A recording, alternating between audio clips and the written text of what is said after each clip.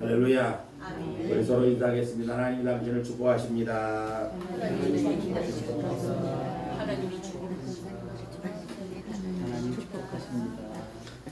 오늘도 참 좋은 날인 줄로 믿습니다.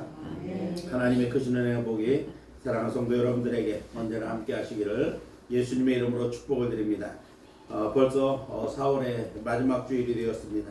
만물이 소생하는 그러한 이 계절을 넘어서 이제는 식물들을 본격적으로 심는 그러한 농사철이기도 합니다. 사랑하는 성도 여러분의 신앙 가운데서도 아름다운 신앙의 열매들을 추수하기 위해서 각종 믿음의 씨앗들을 열심히 뿌리는 영적 농사일에 헌신하는 성도 여러분들이 되실 수 있기를 예수님의 이름으로 축복을 드립니다. 미국의 노벨 문학상을 받은 작가인 존 스타인백이라고 하는 사람이 있습니다. 이 사람이 쓴 중편 소설 진주라고 하는 그 책에 이러한 이야기가 있다고 합니다. 그 책의 주인공은 키노라고 하는 사람과 그의 아내 조안나라고 하는 사람이 등장을 합니다. 이 두 부부는 어촌에서 가난하게 살았습니다. 그런데 어느 날 이 바다에 나가서 고기를 잡다가 아주 크고 값진 진주 하나를 얻게 되었습니다. 그들은 너무 기뻐하며 이제 가난은 끝났고 행복이 시작됐다 이렇게 생각을 했습니다. 이들이 큰 진주를 찾았다는 소문이 삽시간에 온 동네에 퍼졌고, 그리고 많은 동네 사람들이 그 진주를 보려고 그 오두막집을 기웃거렸습니다. 하루는 키노 부부가 몸이 아파서 병원에 갔습니다.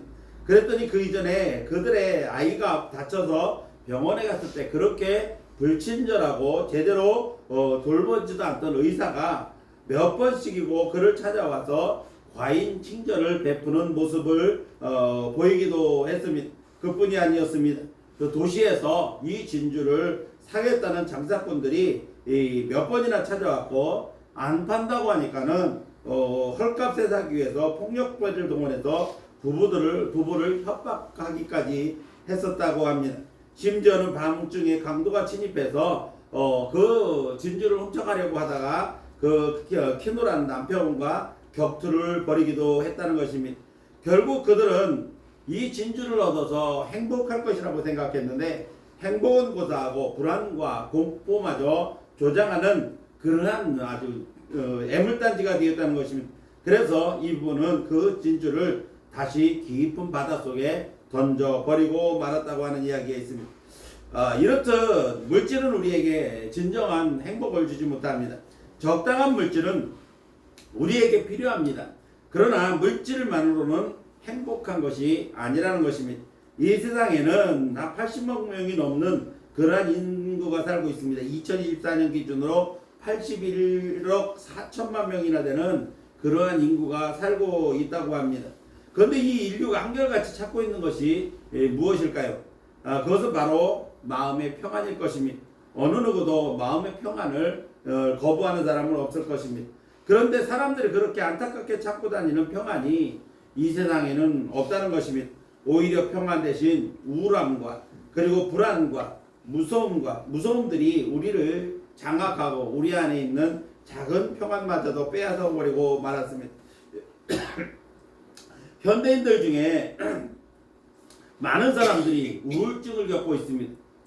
불안장애를 겪고 있고 공포와 공황장애, 강박장애 등과 같은 그러한 질병을 안고 있고, 이러한 것들은 우리 주변에서도 흔히 찾아볼 수 있는 그러한 아주 보편적인 질병이 되어버리고 말았다는 것입니다. 돈과 지식과 학문과 권력이나 명예와 같은 이 환경이 주는 평안이 물론 있기는 합니다. 그런데 이 평안은, 이렇게 세상이 주는 평안은 잠깐 있다가 사라지는 것이지 영원한 평안이 될 수가 없습니다. 형편과 상황에 따라서 변하는 평안이 바로 세상적인 평안입니다. 그러므로 참 평안은 아닌 것입니다. 그렇다고 한다면 참 평안은 어디에서 찾을 수가 있을까요? 우리 마음은 내 마음대로 할 수가 없습니다. 하나님이 우리에게 평강을 주셔야만 우리는 평안을 누릴 수가 있는 것입니다. 하나님이 내 마음을 다스려 주시고 하나님이 나를 다스릴 때 내가 참된 평안을 누릴 수가 있게 되어지는 것입니다. 하나님의 평강은 내 안에 믿음이 있을 때 찾아옵니다. 불안과 공포는 내게서 믿음이 부족할 때 나타나는 현상인 것입니다. 예수님을 의지하고 믿음으로 살아갈 때 우리는 참된 평안을 누릴 수가 있는 것입니다. 우리 모두 주 안에서 참된 기쁨을 누리며 하나님께서 부어주시는 평안을 누리며 살아가는 그러한 저와 여러분들이 되실 수 있기를 예수님의 이름으로 축복을 드립니다. 우리는 4월을 예수님의 부활을 기념하고 아울러서 예수 그리스도의 부활을 믿는 성도로서 부활 신앙을 점검하는 그러한 달로 보내고 있습니다. 첫 주일에는 부활주일이었습니다. 그래서 부활절에는 부활, 절망을 넘어 소망으로라는 제목으로 부활은 절망 가운데 찾아오시는 하나님의 은혜다. 그리고 부활은 우리를 부르시는 주님의 음성이다. 그리고 세 번째로 부활은 사명을 회복시키는 능력이라는 말씀을 들었습니다. 둘째 주에는 부활 그 이유라고 하는 제목으로 부활하신 예수님을 만나지 못했던 제자들의 모습을 통해서 부활하신 예수님을 만나지 못해서 여전히 두려움에 떨고 있는 제자들의 모습을 보았고, 그들을 찾아오시는 부활하신 예수님의 모습을 또한 생각해 봤습니다. 부활하신 주님을 만난 이후에 증인의 삶으로 변화된 제자들의 모습을 보았고, 그리고 성령과 함께하는 부활의 삶이라고 하는 말씀을 들었습니다. 그리고 셋째 주인 지난주에는 부활신앙을 사는 성도라고 하는 제목으로 부활신앙을 가진 성도는 소망 가운데 산다는 것, 그리고 거룩함을 추구하며 산다는 것, 그리고 담대한 믿음으로 산다, 이런 말씀을 지난주에 들었습니다. 자, 오늘은 부활에 대한 마지막 주일이자 네 번째 주일입니다. 그래서 오늘은 부활신앙의 실제라고 하는 제목으로 지금까지 들은 말씀들을 토대로 해서, 그렇다면 부활신앙을 가진 성도들이 가진 그 부활신앙을 어떻게 우리가 살아가는 삶에 실제적으로 적용하며 살 것인가를 함께 생각해 보려고 합니다. 그러면서 우리의 신앙 가운데 새로운 신앙의 결단을 갖는 그러한 시간으로 말씀의 은혜를 나누려고 하는 것입니다. 부활신앙의 실제는 부활을 종교적인 교리로만 머물게 하는 것이 아니라 지금 내가 살아가고 있는 삶의 현장에서 어떻게 부활을 드러내며 살 것이냐라고 하는 것이라고 볼 수가 있습니다.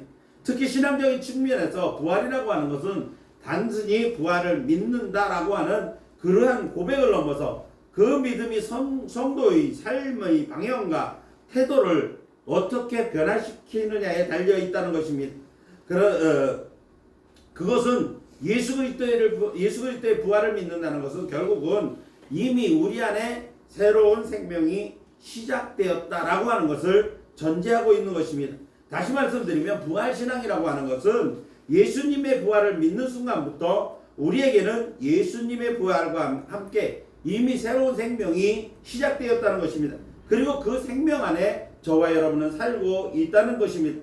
그래서 부활신앙을 가진 성도는 미래에 대한 영생의 소망은 물론이고 현재 살아가는 삶에서도 그 새로운 생명을 누리면서 사는 것입니다. 그래서 부활신앙을 가진 성도는 죽음도 환난도 두려워하지 않는 것입니다. 오늘 본문은 고린도전서 15장에서 전개해온 이 부활에 관한 설명의 결론에 해당되는 내용입니다. 늘 말씀드렸습니다만 고린도전서 15장은 부활장이라 했습니다. 그래서 시작하면서부터 부활에 대한 그러한 이야기를 계속해서 사도 바울은 설명합니다. 그래서 오늘 본문인 50절에서 58절 말씀을 보면 부활의 승리에 대한 사도 바울의 노래다, 이렇게 표현할 수가 있습니다. 부활의 승리는 단순하게 죽음에서 일으킴을 받았다는 것뿐만 아니라 사망 그 자체를 폐기해버렸다는 겁니다. 예수님이 부활하심으로써 사망 그 자체가 끝나버렸다. 사망이 세상에서 왕노릇하는 모든 것들이 무너져버리고 예수 그리스도께서 부활하심으로 그 모든 것들을 폐기시켜 버렸다라고 하는 것입니다. 먼저 50절에서 54절까지의 말씀을 보면 예수 그리스도께서 재림하실 때 그리스도인들의 부활이 어떻게 이루어질 것이냐라고 하는 것에 대하여 설명하고 있습니다.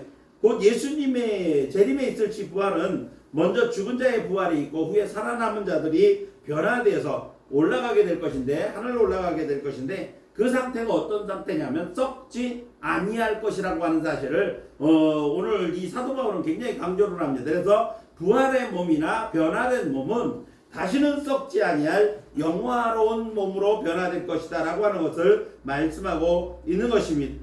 모두가 하나님의 영광에 참여하는 자들이 될 것이라는 겁니다.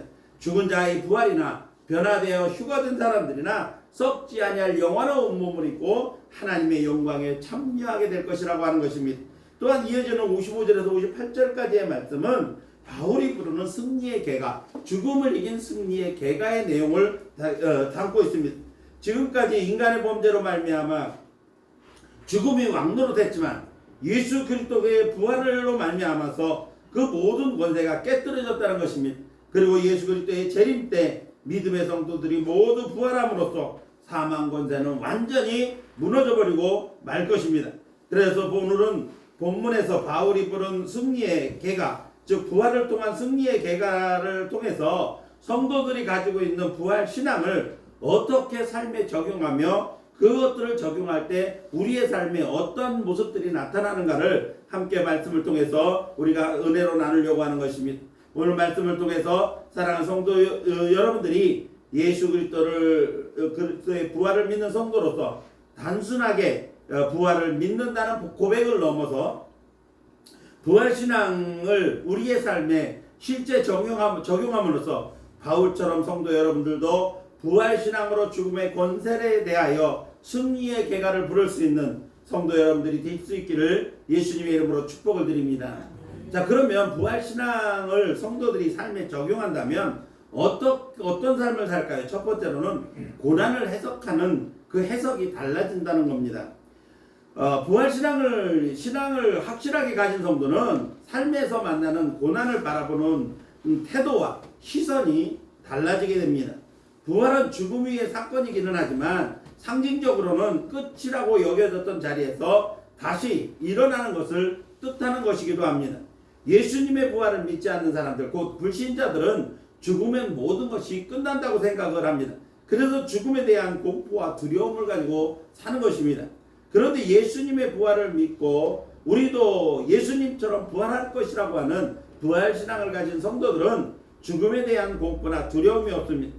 여러분도 잘 아시는 것처럼 초대 이화여대 이 학장을 지내신 김한람 박사는 돌아가시기 직전에 유언을 남겼는데 뭐라고 유언을 남겼냐면 내가 죽거든 장성국을 부르지 말아라. 승리의 찬가를 불러달라. 이런 유언을 남기고 돌아가셨다고 합니다. 죽음에 대한 공포나 두려움이 없다면 세상에서 만나는 고난의 순간은 우리가 더 말할 것도 없는 것입니다. 아무리 견디기 어려운 고난일지라도 그것은 곧 끝날 것이다. 그러한 믿음 속에서 과정이라고 여깁니다. 우리가 살아가는 삶의 한 과정이라고 여기는 것입니다. 이 고난을 누구나 반겨 맞이하는 사람은 없습니다. 그리고 스스로 자초하는 사람도 없습니다. 그러나 고난은 우리가 원치 않아도 우리에게 찾아옵니다. 그런데 부활신앙을 가진 사람은 아무리 어려운 고난일지라도 그것은 끝이 아니라 우리가 살아가는 삶의 한 과정이다. 부활의 승리로 가는 한 과정이라고 여긴다는 것입니다. 과정이라는 것은 반드시 끝이 있는 거고 상황의 반전이 있는 것이 바로 과정인 것입니다. 그래서 현실의 어려움을 우리가 부정하지도 않으면서 그 안에서 하나님에 대한 신뢰를 잃지 않습니다. 고난 속에서도 고난의 순간에서도 나를 보호하시고 또 고난이 계속될 것이 아니라 반드시 변화될 것이며 그 순간에도 내가 고난을 당하는 순간에도 나를 위해 일하시는 하나님을 볼 줄 아는 것, 이것이 바로 부활신앙을 가진 사람들인 것입니다. 초대교회 성도들을 우리가 한번 생각해 볼까요? 부활하신 예수님을 만나기 전에 제자들은 그야말로 겁쟁이였습니다.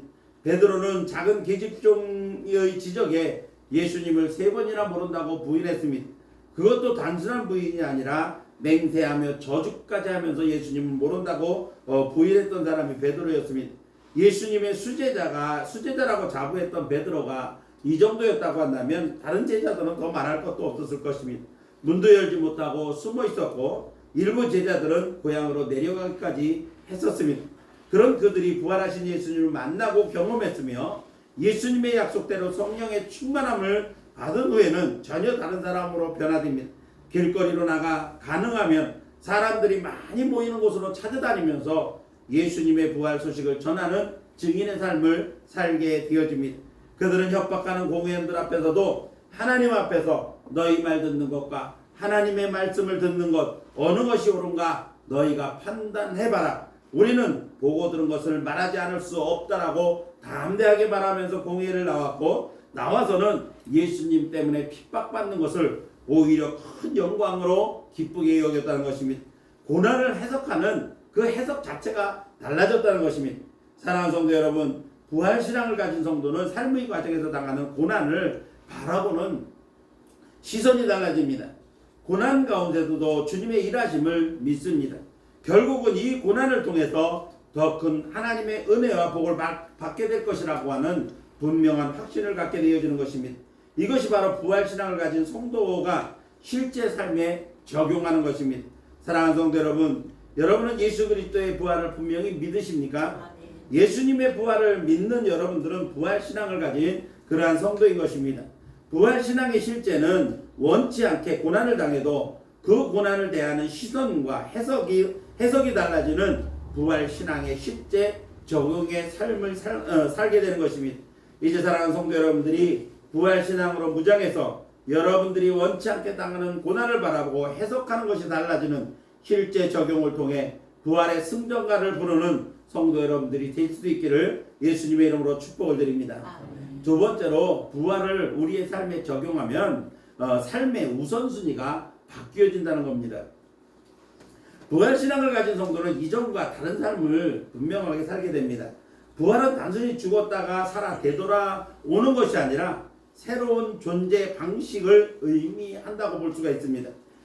이것을 우리의 삶에 적용해 본다고 한다면, 이전에 내가 살아오던 습관이나 여러 관계들, 그리고 내가 가지고 있던 삶의 가치관들을 그대로 가지고 살면서 반복하는 것이 아니라 완전히 변화된 삶의 방식을 가지고 살아가는 것입니다.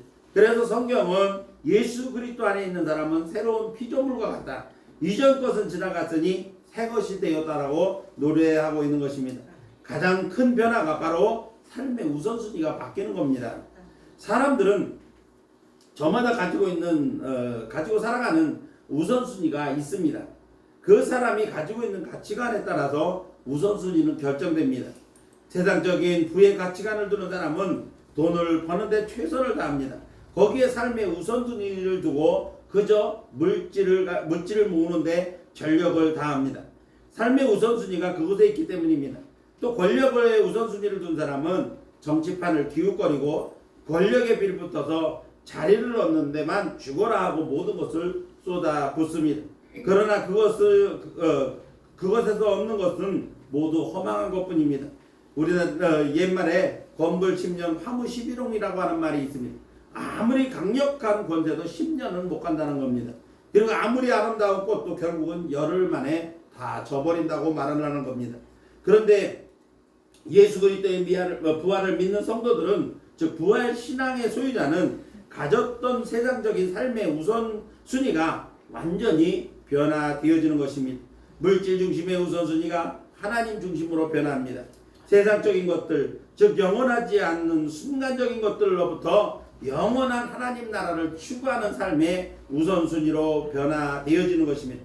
여기서 우리는 부활하신 예수님을 만난 후에 삶의 우선순위가 완전하게 변화된 대표적인 사람을 볼 수가 있는데, 그 사람이 바로 사도 바울입니다. 그는 종교적인 열심으로나 충성도로 볼 때 기독교인들에게 있어서는 최대의 적이었습니다. 그에게 있어서 가장 큰 우선순위는 예수 믿는 사람들을 잡아들이는 것, 그것이 하나님께 가장 기쁘시게 하는 일이고 충성하는 일이라고 여겼던 것입니다.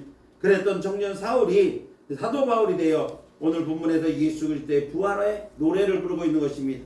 부활하신 예수님을 만난 후에 부활 신앙을 가졌던 그는 삶의 우선순위가 완전히 바뀌어버린 것입니다.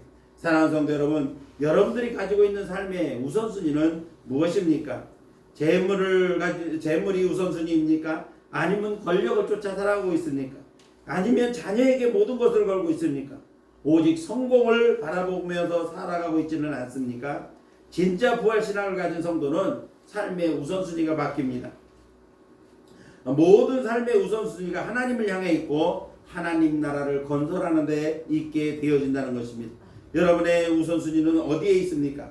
이제 부활하신 예수님을 만나서 부활신앙을 가진 성도 여러분들은 부활신앙을 실제 삶에 적용해 여러분의 삶의 우선순위를 하나님 중심에 두고 살아가는 그러한 성도 여러분들이 되실 수 있기를 예수님의 이름으로 축복을 드립니다. 마지막 세 번째로 부활신앙의 실제 적용을 하면 사랑과 헌신의 삶을 살게 되어지는 것입니다. 예수님의 부활을 목격하고 예수님의 약속대로 성령 충만을 받은 부활신앙을 소유했던 초대교회 성도들에게서 나타난 가장 큰 특징은 철저한 사랑의 섬김과 죽음도 두려워하지 않는 담대한 믿음의 헌신이었습니다. 여러분도 잘 아시는 것처럼 초대교회 성도들이 초대교회가 세워지고 급속도로 성장을 하면서 나타난 특징에 대해서 사도행전 2장 42절부터 47절까지 잘 설명하고 있습니다. 그들이 사도의 가르침을 받아 서로 교제하고 떡을 떼며 오로지 기도하기를 힘썼다. 사람마다 두려워하는데 사도들로 말미암아 기사와 표적이 많이 나타나니 믿는 사람이 다 함께 있어 모든 물건을 서로 통용하고 또 재산과 소유를 팔아 각 사람이 필요를 따라 나누어주며 날마다 마음을 같이하여 성전에 모이기를 힘쓰고 집에서 떡을 떼며 기쁨과 순전한 마음으로 음식을 먹고 하나님을 찬미하며 또 온 백성에게 칭송을 받으니 주께서 구원받는 사람을 날마다 더하게 하셨다. 이렇게 설명하고 있습니다. 오늘날 모든 교회들이 본받고 싶어하는 초대교회의 모습입니다. 이 똑같은 내용이 사도행전 4장 32절부터 37절에도 기록되어져 있습니다. 부활신앙을 가진 초대교회 성도들의 모습은 삶의 방향이 완전히 달라졌습니다. 그들의 삶은 이제 완전히 이타적인 다른 사람을 위한 그러한 삶으로 변했습니다. 자신의 재산을 팔아서 사도들의 발 앞에 갖다 놓고 어려운 이웃들을 도우는 데 써달라고 헌금을 합니다. 그 가운데 가장 대표적인 사람이 바울과 함께 이방인 전도자로 나섰던 바나바라고 하는 사람이었습니다. 그는 자기의 재산을 팔아서 사도들의 발 앞에 가져다 주면서 교회와 어려운 이웃들을 위해 쓰도록 했던 것입니다. 그것이 그의 초대교회의 많은 모범을 보이는 그러한 모습이었습니다. 부활신앙을 소유하지 않으면 도저히 할 수 없었던 그러한 일이었습니다. 세상에 소망을 두고 살아가는 사람은 행할 수 없는 그러한 엄청난 일이었던 것입니다. 사랑하는 성도 여러분, 예수님의 부활을 믿는 성도들의 부활신앙은 개인적인 사건에 머물지 않고 공동체를 향해 나아갑니다. 용서와 화해, 나눔과 같은 적극적인 사랑의 실천과 더불어서 예수님의 부활의 증인으로서 목숨을 아끼지 않고 헌신하는 모습을 나타나게 되는 겁니다. 부활은 사랑과 용서를 선택하는 삶입니다. 부활을 신앙적으로 적용한다는 것은 나 역시 다른 사람에게 같은 방향으로 반응하는 것을 의미하는 것입니다. 사랑하는 성도 여러분, 부활신앙의 실제 적용은 바로 예수님을 닮은 사랑의 적극적인 실천과 목숨까지도 내어던지는 적극적인 헌신, 곧 복음의 전도자의 일을 하는 것입니다. 이제 사랑하는 성도 여러분들이 부활신앙을 적극적으로 실제의 삶에 적용함으로써 보다 많은 사람들에게 예수님의 사랑을 전달하고 그리고 복음이 전해지는 일에 귀하게 헌신하는 그러한 성도들의 삶이 되시기를 예수님의 이름으로 축복을 드립니다. 이제 말씀을 마칩니다. 사랑하는 성도 여러분, 부활은 완전한 승리입니다. 이제 우리 모두 예수 그리스도의 부활을 믿는 부활신앙을 소유한 그러한 성도로서 부활신앙을 우리의 삶에 적극적으로 적용하면서 살아가야 할 것입니다. 부활신앙을 실제로 적용하면 어떤 모습이 나타납니까? 고난을 당해도 해석하고 그 고난을 바라보는 시선이 달라집니다. 내가 가지고 있는 삶의 우선순위가 변합니다. 사랑의 적극적인 실천과 복음을 위한 담대한 헌신이 일어나게 되어지는 것입니다. 이제 사랑하는 성도 여러분들이 부활의 계절 4월을 보내면서 내게 있는 부활신앙을 점검하고 과연 나는 부활신앙을 내 삶에 실제적으로 어떻게 적용하고 있는가를 살펴보면서 우리 모두 힘을 다해 부활신앙을 적극적으로 우리의 삶에 적용함으로써 믿음의 열매를 풍성하게 맺으면서 살아가는 저와 여러분들이 되실 수 있기를 예수님의 이름으로 축복합니다. 아멘. 기도하겠습니다.